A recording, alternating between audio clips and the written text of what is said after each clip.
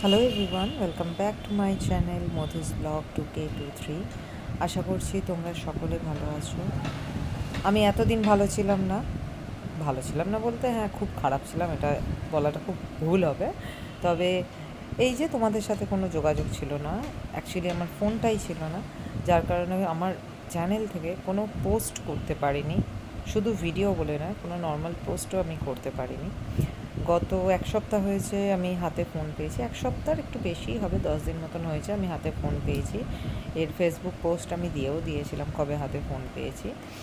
তো হ্যাঁ, এই ব্লগটা শুরু করলাম শনিবার থেকে, কিন্তু এর আগে আমাকে যারা ফলো করেছো, যারা আমাকে আমার ভিডিও রেগুলার বেসিক দেখতে, তারা জানবে যে ছোট বাচ্চা নিয়ে এবং সংসার নিয়ে আমি এতটাই ব্যস্ত থাকি যে ব্লগ দেওয়ার ইচ্ছা থাকলেও উপায় থাকে না।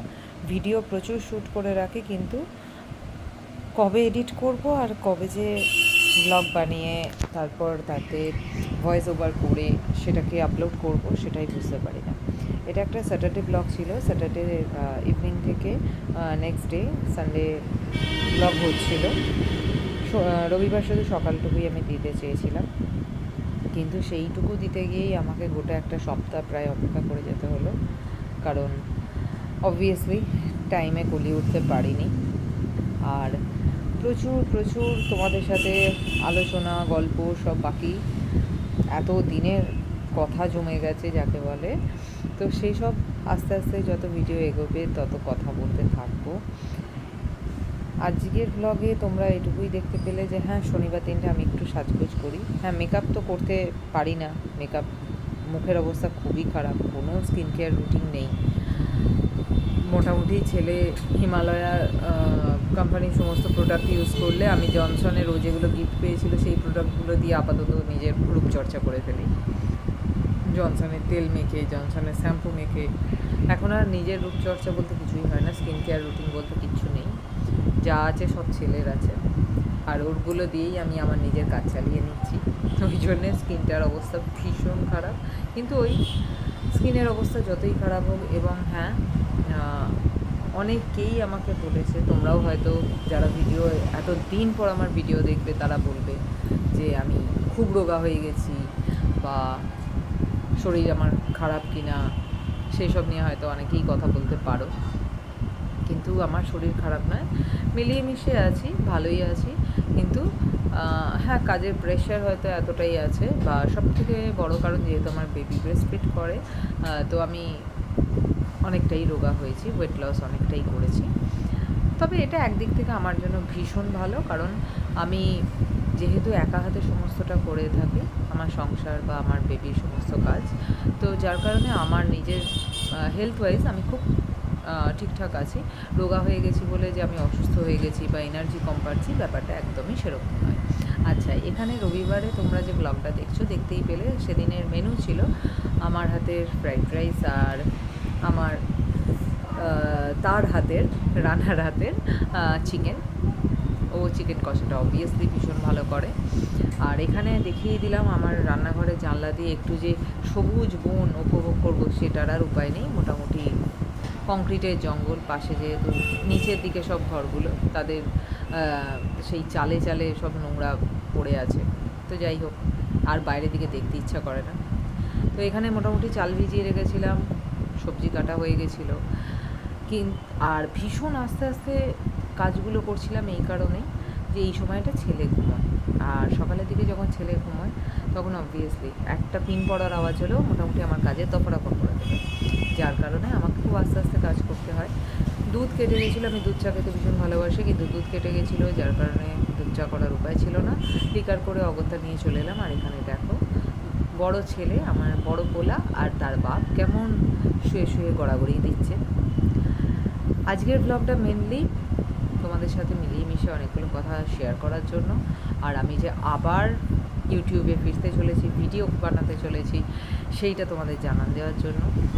থার্ড হচ্ছে আমি কেমন আছি, ছেলে কেমন আছে, এইসব ব্যাপারে জানার জন্য, এবং তোমাদের কেমন কী খবর সেই সব ব্যাপার জানার জন্য। আর ফোর্থ, শনিবার দিন গেছিলাম একটুখানি রামতলা, সেখান থেকে কটা জিনিস নিয়েছি। কটা জিনিস বলতে এক হচ্ছে রানার এই টিফিন নিয়ে যাওয়ার ব্যাগটা নিয়েছি, আর ছেলের জুতো অলরেডি একটা হারিয়ে ফেলেছিল, ছেলের দুটো জুতো নিয়েছি। একটা এই চটি জুতো যেটা ফিতে বাঁধা দেখতেই পেলে, আর এই যে জুতোটা বেরোতে চলেছে এটা তিনি বাবু নিজে পছন্দ করে নিয়েছেন, মানে দোকানে থেকে যখন দেখাচ্ছিল তখন, এখন তো অত স্পষ্ট করে কথা বলতে পারে না, এ করে আঙুল দিয়ে ইশারা করে নিজে পছন্দ করে নিয়েছে। আশা করি তোমাদেরও দেখে খুব পছন্দ হবে।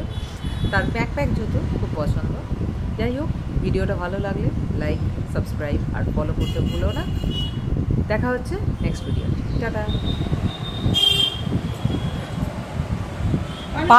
পানু দাদা ভাত খায়নি, ভাতে হাত দিও না। ভাত খায়নি পানু দাদা, ভাত খায়নি। তুমি বলো, মুখে বলো, হাত দিও না। এই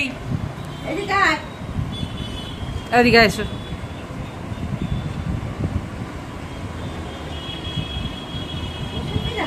হ্যাঁ, পানু একদম মুখের সামনে নিজেকে ডাকলো। ওই দে ওই দে ওই দে, এই বাবা।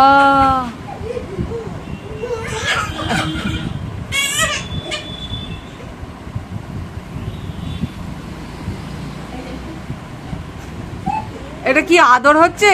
ওরে বাবা, ও এই মা দুম করে এক থাপ্পড়। লাগবে তো দাদার। লাল, ও কি কথাবার্তা? লাগবে তো দাদার, তো লেগে যাবে।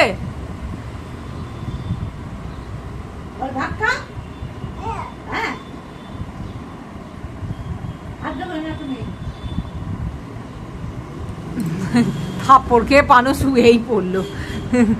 ওর যেন এত বড় দাঁত। হ্যাঁ, হাত বলি খিমচি কেটে দিয়েছি।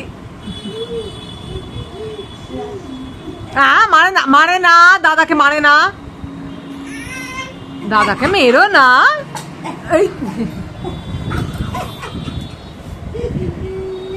সরিয়ে দিয়েছি আসলে। হ্যাঁ, আসলি ছোট আসলি, সরিয়ে দিয়েছি। দু ভাই বসে গপ্প করছে, তার মাঝখানে এসে বড় ডিস্টার্বেন্স। বাবা, ও পাটি পেরে এগিয়েছে, বসছে ও। এই রে, কম এগোনো হয়ে গেছে বোধহয়। ওফ, আর ডুম্বায় বসতে হয় গো। পাটা মেপে দেখে নিচ্ছি ওর গা অব্দি যাচ্ছে কিনা। না, গেল না, উঠে পড়ি। হ্যাঁ, তোর যাচ্ছে না গা অব্দি, উঠে।